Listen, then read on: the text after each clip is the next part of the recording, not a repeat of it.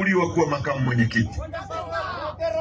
Tumefanya uteuzi wa viongozi ambao tunaamini watafanya kazi na sisi ya kubadilisha maisha ya Watanzania na kuondoka kwenye mchezo kufanya siasa za kuchukua nchi hii na kubadilisha maisha yenu.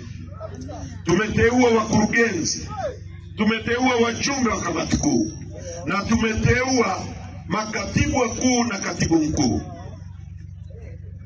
Sasa, kwa mujibu wa utaratibu wa chama chetu, mtu anayetakiwa kuteua katibu mkuu na kuidhinishwa na kuwa katibu mkuu ni mwenyekiti wa chama, na vikao vya chama chetu ndivyo vinavyopaswa kuidhinisha mtu huyo.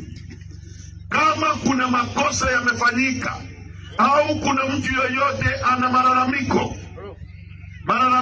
hayo, katiba yetu inasema yanakwenda kwenye kikao cha ngazi ya juu zaidi, ndipo anapokata rufaa. Kama baraza kuu limekosewa, unalalamika kwenye mkutano mkuu. Sasa nataka nitumie nafasi hii kumwambia Rais Samia na wote anaowatumia kujaribu kuhujumu chama chetu. Njama ya kwanza ni hii waliofanya. Ya pili, wamemkamata mwenyekiti wetu, wamempa kesi ya uhaini, wakitegemea kwamba tutakaa nyumbani tulie. Walipomweka ndani, tulipokutana kwenye kikao, nikawaambia watu hakuna kukaa ndani na kulia, tunaendelea kuwachakaza kama vile mwenyekiti angekuwa barabarani.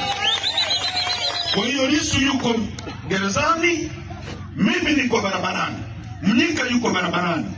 Tumewagonga vibaya sana na tutawagonga vibaya sana. Tulikuwa mkoa wa Geita, tumeenda Shinyanga, tumeenda Kagera, na jana tulikuwa Mwanza, na nyie mmeona watu wengi kama mchanga. Wanachukua baadhi ya watu tuliokuwa nao, wamewapa fedha kwamba wajifanye wanajitoa kwenye Chadema. Sasa hiyo Chadema unayojitoa, wananchi ndio hawa hapa. Wao kweli, hiyo nayo imeshindikana. Sawa sawa. Sasa ya mwisho ndio hii, kwamba msajili amesema hamtambui katibu mkuu wa chama chetu, hatambui wajumbe wa kamati kuu ya chama chetu. Mimi nakwambia msajili, wewe uhitaji kumtambua katibu mkuu wa chama chetu. Sisi Chadema tunamtambua katibu mkuu wa chama chetu. Huna uwezo wa kututeulia nani awe katibu mkuu wa chama chetu. Tunaelewana vizuri? Msimamo wa chama chetu, katibu mkuu wa chama chetu atateuliwa na mwenyekiti kama katibu inavyosema. Kama kuna mtu ana malalamiko, akate rufaa kwenye mkutano mkuu.